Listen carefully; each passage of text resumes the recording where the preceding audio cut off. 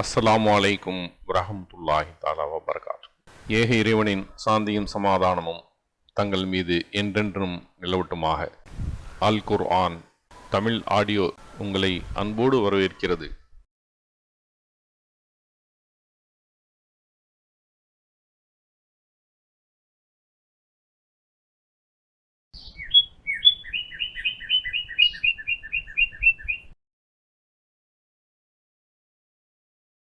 بسم الله الرحمن الرحيم.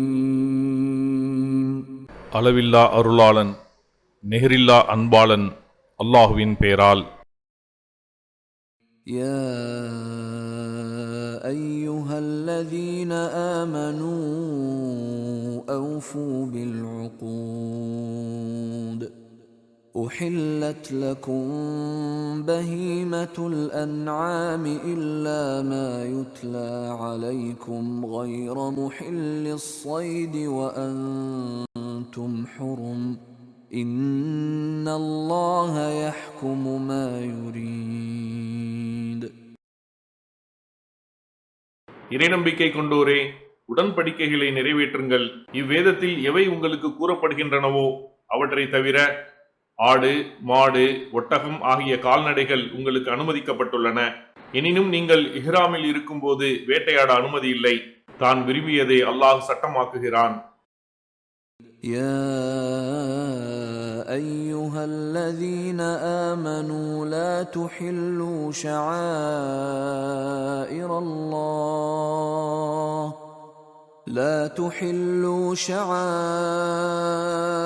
الله ولا الشهر الحرام ولا الهدي ولا القلائد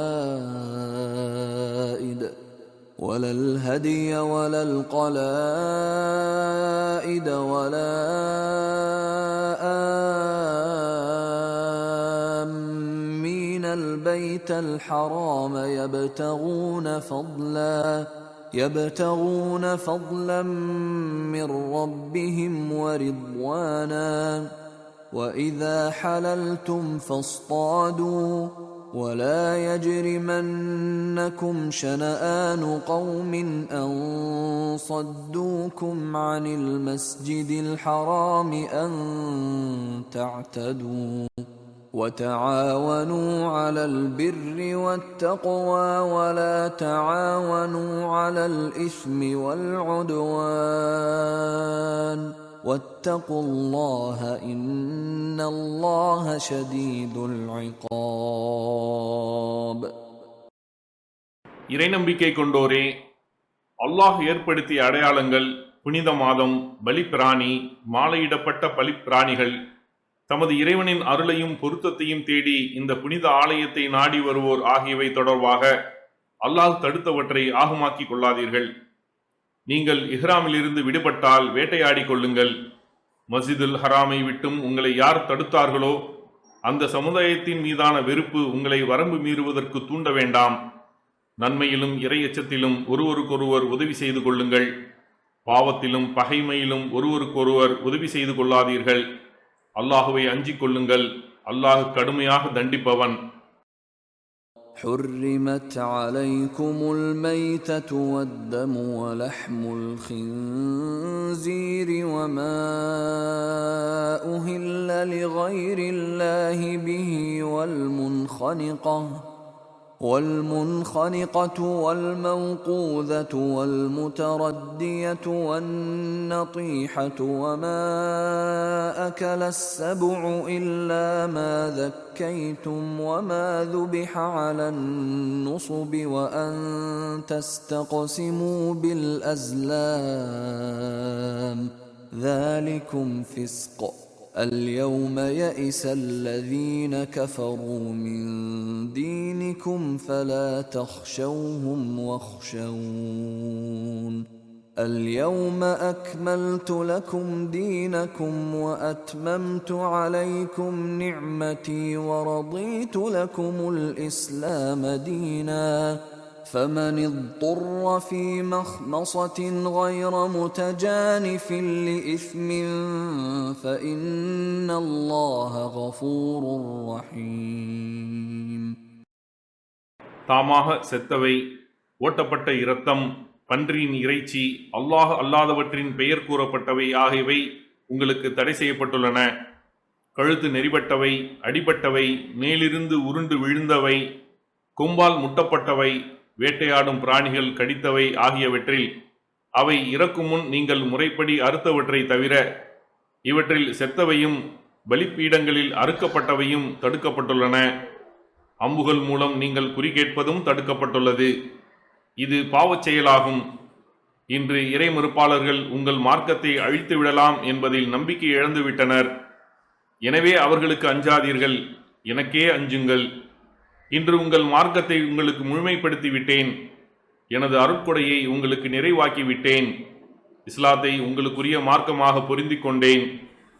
பாவச் செயல் செய்யும் எண்ணமின்றி பசியால் யாரேனும் நிர்பந்திக்கப்பட்டால் அல்லாஹ் மன்னிப்பு மிக்கவன், நிகரில்லா அன்பாளன்.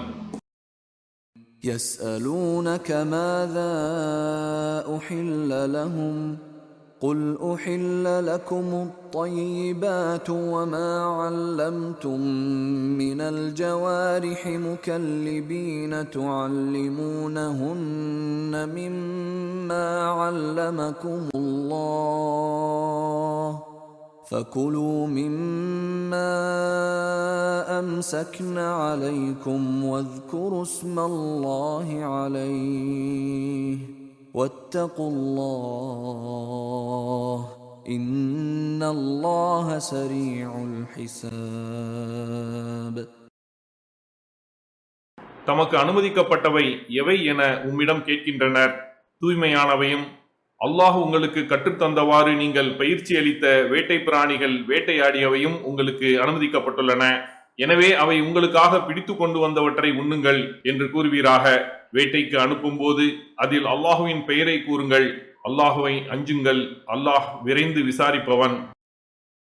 اليوم أحل لكم الطيبات وطعام الذين أوتوا الكتاب حل لكم وطعامكم حل لهم والمحصنات من المؤمنات والمحصنات من الذين أوتوا الكتاب من قبلكم والمحصنات من الذين أوتوا الكتاب من قبلكم إذا آتيتموهن أجورهن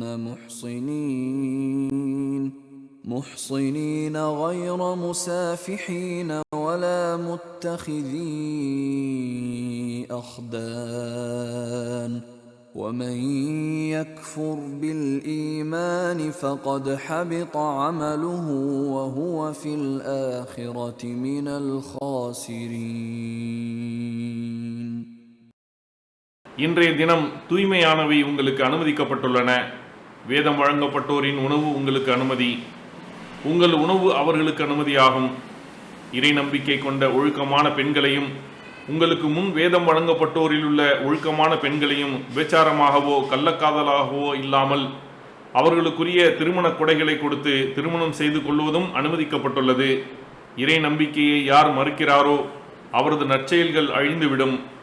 அவர் மறுமையில் நஷ்டமடைந்தோரில் இருப்பார். يا أيها الذين آمنوا إذا قمتم إلى الصلاة فاغسلوا وجوهكم وأيديكم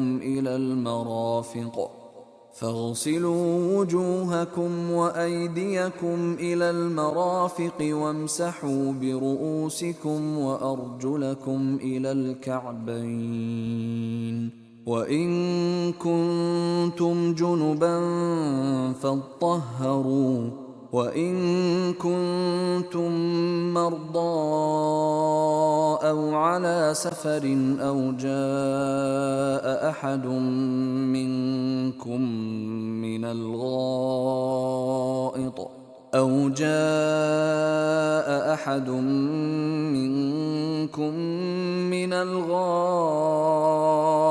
أو لامستم النساء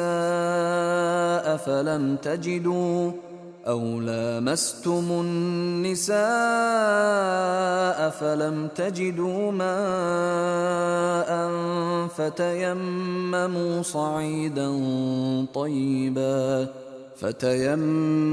صعيدا طيبا فامسحوا بوجوهكم وأيديكم منه ما يريد الله ليجعل عليكم من حرج ولكن يريد ليطهركم وليتم نعمته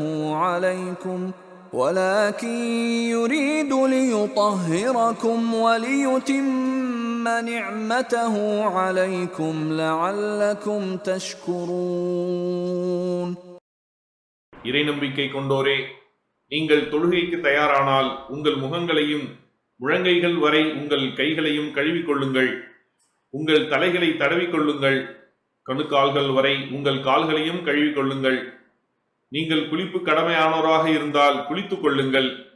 நீங்கள் நோயாளிகளாகவோ பயணத்திலோ இருந்தால், அல்லது உங்களில் ஒருவர் கழிப்பறையிலிருந்து வந்தால், அல்லது உடலுறவின் மூலம் பெண்களை தீண்டியிருந்தால், தூய்மை செய்ய தண்ணீர் கிடைக்காத போது சுத்தமான மண்ணை கொண்டு உங்கள் முகங்களிலும் கைகளிலும் தடவி தயமும் செய்து கொள்ளுங்கள். உங்களுக்கு எவ்வித சிரமத்தையும் அல்லாஹ் ஏற்படுத்த விரும்பவில்லை. மாறாக நீங்கள் நன்றி செலுத்துவதற்காக உங்களை தூய்மைப்படுத்தவும் தனது அருட்கொடையை உங்களுக்கு நிறைவாக்கவுமே விரும்புகிறான். واذكروا نعمة الله عليكم وميثاقه الذي واثقكم به إذ قلتم سمعنا وأطعنا واتقوا الله إن الله عليم بذات الصدور. அல்லாஹ் உங்கள் மீது புரிந்துள்ள அருட்கொடையையும் உங்களிடம் அவன் எதை உறுதிமொழியாக பெற்றானோ அந்த உடன்படிக்கையையும் நினைத்து பாருங்கள். அப்போது செவியுற்றோம் கட்டுப்பட்டோம் என்று கூறினீர்கள். அல்லாஹுவை அஞ்சுங்கள். உள்ளங்களில் உள்ளவற்றை அல்லாஹ் நன்கறிந்தவன். يا أيها الذين آمنوا كونوا قوامين لله شهداء بالقسط ولا يجرمنكم شنآن قوم على ألا تعدلوا اعدلوا هو أقرب للتقوى واتقوا الله إن الله خبير بما تعملون. இறை நம்பிக்கை கொண்டோரே, அல்லாஹ்வுக்காக உண்மையை நிலைநாட்டுவோராகவும் நீதிக்கு சாட்சி கூறுவோராகவும் ஆகிவிடுங்கள். ஒரு சமுதாயத்தின் மீதுள்ள வெறுப்பு நீங்கள் நீதி செலுத்தாமல் இருக்க உங்களை தூண்ட வேண்டாம். நீதி செலுத்துங்கள். அதுவே இறை எச்சத்திற்கு மிக நெருக்கமானது. அல்லாஹுவை அஞ்சுங்கள். நீங்கள் செய்வதை அல்லாஹ் நன்கறிந்தவன். وعد الله الذين آمنوا وعملوا الصالحات لهم مغفرة وأجر عظيم. யார் இறை நம்பிக்கை கொண்டு நற்செயல்கள் செய்கிறார்களோ அவர்களுக்கு மன்னிப்பும் மகத்தான கூலியும் உள்ளது என அல்லாஹ் வாக்களித்துள்ளான்.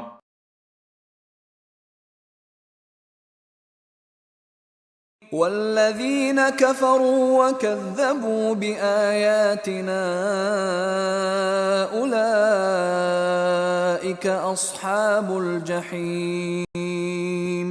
யார் நம்மை மறுத்து நமது வசனங்களை பொய்யென கூறினார்களோ அவர்களே நரகவாசிகள்.